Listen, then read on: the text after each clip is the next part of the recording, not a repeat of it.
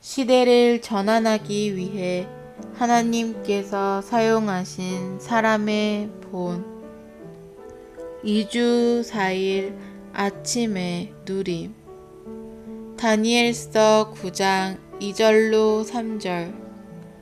곧 그 통치 원년에 나 다니엘이 책을 통해 여호와께서 말씀으로 신언자 예레미야에게 알려주신 그 연수를 깨달았나니 곧 예루살렘의 황폐함이 70년 만에 그치리라 하신 것이니라. 내가 금식하며 베옷을 입고 죄를 덮어쓰고 주 하나님께 기도하며 간구하기를 결심하고, 다니엘은 규칙적으로 하나님의 말씀을 읽는 사람이었을 뿐 아니라 하나님의 말씀에 연결된 사람이었다.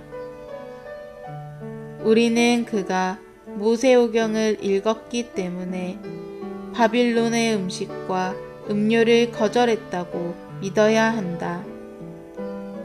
모세오경의 레위기에서 그는 틀림없이 정결한 음식과 부정한 음식의 규정에 대하여 읽었을 것이다. 동시에 그는 하나님의 백성은 우상들과 연관된 어떤 음식도 먹을 수 없다는 것을 분명히 발견했을 것이다. 그는 이러한 계명을 읽었고 그럼으로써 하나님의 갈망을 알았기 때문에 그 계명을 받아들이고 자신에게 적용했다. 따라서 그는 성경과 분리된 사람이 아니었다. 다니엘은 예레미야서를 통하여 하나님께서 이스라엘 사람들의 포로 기간을 70년으로 정하셨고 그 70년 후에는 하나님께서 돌이키시어 그들을 축복하실 것이라는 말씀을 읽은 후에 즉시 금식하며 기도했다. 그는 성경을 죽은 방식으로 읽지 않았다. 그는 하나님의 말씀을 통하여 하나님의 갈망을 만지자마자 즉시 자신을 그 갈망에 연결시켰다. 이것이 다니엘이 성경을 읽는 방식이었다. 이것이 그가 성경에 있는 모든 말씀에 의해, 빛에 의해, 가르침에 의해 만져질 수 있었던 요인이다. 그는 레위기를 읽은 후에 더 이상 더러운 음식을 먹을 수 없었다. 그는 예레미야서를 읽은 후에 하나님의 백성의 복원을 위해 금식하며 기도할 수밖에 없었다. 그는 어떤 요점을 읽든지 그 요점에 자신을 연결했다. 하나님의 갈망을 발견할 때마다 우리는 즉시 우리 자신을 그 갈망에 연결시켜야 한다. 오늘의 읽을 말씀. 하나님의 말씀으로부터 축복을 받기를 원한다면 먼저 우리는 우리의 마음을 처리해야 하고 절대적이고 전심으로 주님께 돌이켜야 한다. 우리는 또한 우리의 마음 안에 있는 부정적인 것이나 우리와 주님 사이를 갈라놓는 것은 무엇이든지 처리해야 한다. 성경은 우리에게 겸손을 요구하고 자기 확신과 자기 과신을 내려놓을 것을 요구한다.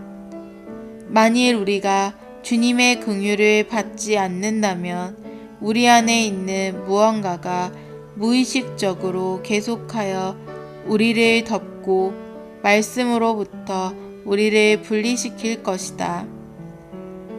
유일한 빛이신 하나님의 체현인 하나님의 말씀은 비추는 빛이다. 이 빛은 사실상 말씀 안에 계신 하나님 자신이다.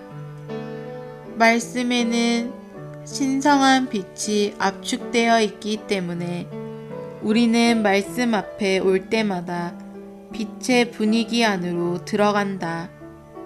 이것은 조명이 켜진 방 안에 들어가는 것과 같다.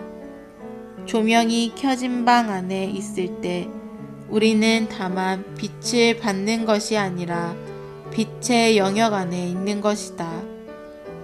우리는 하나님의 말씀 앞에 올 때 우리의 전 존재, 곧 우리의 몸과 혼과 영을 열고 사용해야 한다. 말씀을 읽기 위하여 눈을 사용하고 말씀을 소리내어 말하기 위하여 입을 사용한다. 또한 읽는 것을 이해하기 위하여 혼의 주요 부분인 생각을 사용한다. 사전들, 성구사전, 성경의 여러 번역본들을 사용할 수도 있다. 하나님은 우리의 생각을 창조하셨고 우리는 하나님의 말씀을 이해하기 위하여 생각을 사용해야 한다. 또한 성경 연구는 말씀을 사랑하기 위하여 감정을 사용하고 말씀 안에 제시된 하나님의 길을 택하기 위하여 의지를 사용할 것을 요구한다. 이렇게 생각과 감정과 의지를 사용하는 것이 곧 혼을 사용하는 것이다. 그러나 우리는 또한 영을 사용해야 한다. 우리의 영을 사용하는 것은 주로 우리의 속사람이 강건해지도록 기도하는 것이다. 말씀을 대할 때 우리의 전 존재를 사용한다면 우리는 빛과 생명을 공급받을 것이다. 우리가 빛비춤과 생명 공급과 적셔짐을 체험할 때 우리는 말씀을 통해 여러 다른 축복들, 곧 소성됨, 구출, 힘, 위로, 영양분, 붙드심, 보호 등을 얻게 될 것이다. 시편 119편 28절에 언급된 힘은 교리적인 것이 아니라 우리를 내적으로 채우고 활력화시키는 어떤 것이다. 이것은 분명히 유기적인 요소를 가리킨다. 왜냐하면 유기적인 것만이 우리 존재 안에 들어와 우리를 강하게 할 수 있기 때문이다. 하나님의 말씀이 우리를 강하게 한다는 사실은 말씀이 우리 안에 유기적인 요소를 전달한다는 것을 가리킨다.